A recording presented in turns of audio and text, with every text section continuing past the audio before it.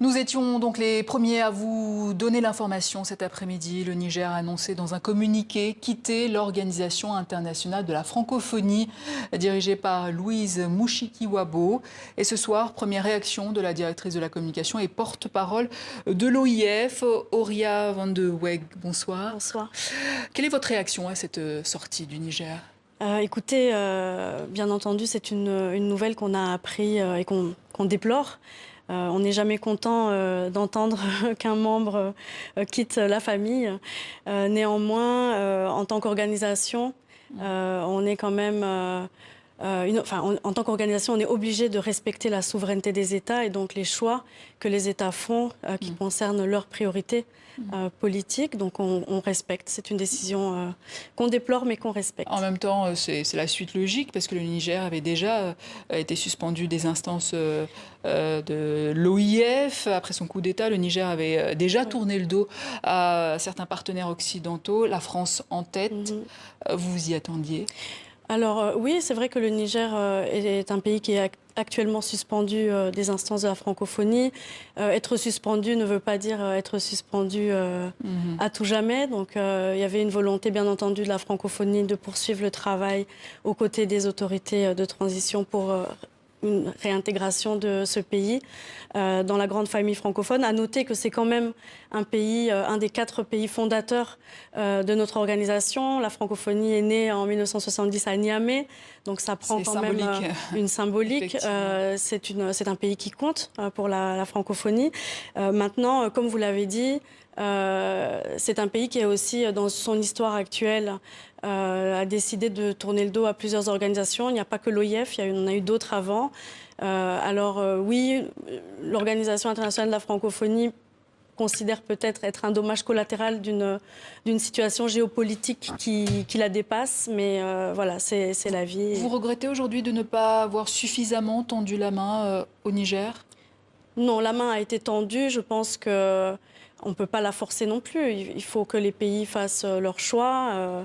Et c'est tout à fait respecté. C'est un choix qui est Comment avez-vous été informé de cette sortie du Niger ? Alors la procédure de la francophonie qui est écrite, qui est stipulée dans la charte de la francophonie qui a été signée en 2005 à Madagascar, dit qu'un État qui souhaite quitter l'organisation doit le notifier soit au pays hôte du siège de l'organisation, c'est-à-dire la France, soit au pays qui occupe la présidence en exercice donc, du sommet. Dans le cas présent, la France coche les 2 cases, ayant abrité le dernier sommet à Villers-Cotterêts. Et donc, le Niger a écrit à la France et la France nous a informés de cette notification. On parlait de l'aspect symbolique autour de cette sortie. Il y a aussi cette semaine de la langue française et de la francophonie. Oui. Nous sommes en plein dedans en ce moment. C'est un aveu d'échec pour l'organisation. Non, je ne dirais pas ça.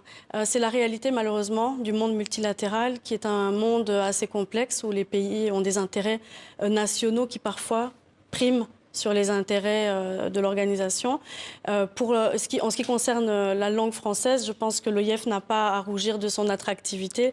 Le dernier sommet a quand même vu l'adhésion de 5 nouveaux membres. Donc voilà, ça fait partie du jeu. Il y en a qui rentrent, il y en a malheureusement qui sortent. On espère que ce ne sont pas des décisions définitives.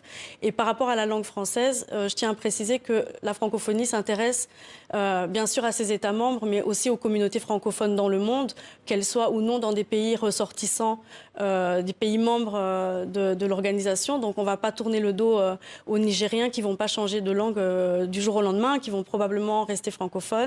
La volonté de l'organisation, mais ça sera bien entendu la décision des États, la volonté de l'organisation, c'est de pouvoir mener à terme les projets en cours, au moins.